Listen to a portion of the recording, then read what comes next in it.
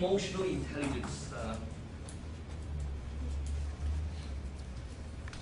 First, the academic definition. Okay, humankind have always been interested. Well, when I say always, since the 1930s, humans have invested a great deal of time learning exactly what it is that will help someone predict how successful and fulfilled one becomes in life. We've always been fascinated by that. You see, if you look at our academic, our schooling experience, it's very much focused often in the field of developing our cognitive intelligence. All right, cognitive intelligence uses that part of our brain called the left brain. You know, our brain has two hemispheres. It's the left brain. It develops the realm of logic. It develops our technical skills. Yes?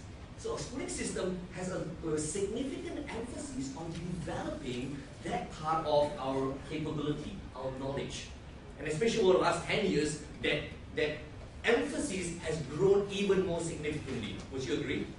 Yes? Even more than ever today in Australia. I've been here for nearly 30 years now. But I've seen the pressure on children to succeed and to get those grades have increased significantly. Yes? But since the 1930s, research has conclusively indicated that IQ alone is an inadequate predictor of how well humans perform.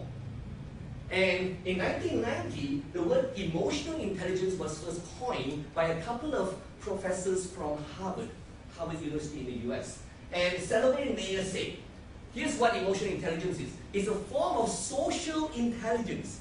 Intelligence about relationships. Working effectively with people. Okay? That involves the ability to monitor one's own and others' emotions, to discriminate amongst them, and to use that as information to guide one's thinking and action. Now, it sounds a little bit academic, but importantly, the key point I want to emphasize is this.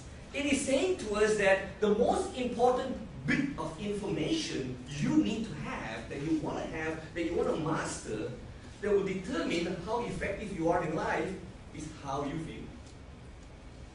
And how other people feel. Using that information, you can pretty much gauge how effectively you will be. Because some emotions will help us achieve a certain amount of success, and some emotions don't. Does this make sense? Yes? I want to share it with you. I will describe it in more layman's terms. Okay? Everything we do is designed to create a certain, R would be result, yes? Everything we do is designed to achieve a certain outcome. The reason you're here today, you have a certain result you want to achieve. The reason we sit for exams, you have a certain result you want to achieve. Yes? Now, our result is largely determined by what? By our, what do you think is? Our actions, correct? Our actions, or the quality of our actions, will largely determine the quality of our results. Yes? And the important thing is this, very often, when we're not getting the result we want, yes, we tend to be very focused on our actions. So, if our children are not studying enough, they're not getting the grades we want, guess what? Our typical action is we might give them more instructions. Yes? We might enforce more rules. Yes? It's a very typical way we tend to react. We focus on the doing. We observe the doing and the action. And we conclude that there's nothing to do. And we either, sometimes we say we need to change the teacher. We need to change the environment. Right? We focus on the doing part. And the reality is this. The important thing about emotional intelligence is to be aware about what is it that affects our actions or our quality of action. And what is it is this. What's the word in F is? How we feel. Yes? Now, if a student is motivated, they will take certain actions.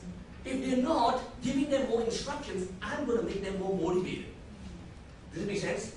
There are certain emotions like inspired, confident, determined, energetic, motivated, that will lead to certain actions that will give you the result you want. And certain actions, certain emotions that won't. If they're frustrated, they can't see the point. It's a waste of time. They're not motivated. Yes, if they're bored. In fact, if they're just downright resistant because I'm sick of being told what to do. Yes, chances are, if that's the feeling, you can give them as many instructions as you want. It's not going to get the result that you want. Does it make sense? So it's very important. Emotional intelligence is understanding, hey, why are they feeling that way? How can I turn apathy, frustration, fear to inspiration? Or boredom, yes, to inspiration, energy, passion. That's what emotional intelligence is. Understanding how to master emotional states. Success and fulfillment comes from being your very best. And being your very best comes from learning how to deal with so-called adversity. Because we should all agree that we all have challenges in life. Problems. Yes? And you know what? It's never about the environment. It's never about the cancer or the loss in the family or the failure in the exam or the loss of the job that determines how far you go in life, how successful and fulfilled. But it's our response to it. Yes? It's our response to it. It's our way of interpreting it. And here's one of the things I've learned in life. You're never meant to stay comfortable. There's no growth when you're comfortable. And joy comes from growing, being the best, being more wise, being more empathetic, being more of a leader, being more influential. Yes, in Daniel Goleman's model here, yes, he says our ultimate goal for us to achieve our full potential in our career, in our studies, in our finances, in our relationships with others, we want to get and master this. We want to have the skills to develop others, to create other leaders. We want to be the people that initiate the change, not just cope. We want to be the initiators.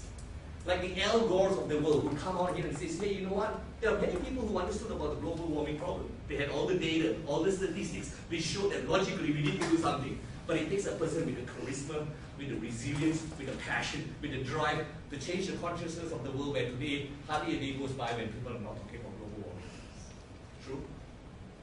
So you can have all the technical skills in the world, but mind you, technical skills that bring is very important. But the way I see it is this. It's enough to get you into the game. It's enough to get you a job. It doesn't determine how well you play. It doesn't determine how successful, effective, and fulfilled you become. Does this make sense?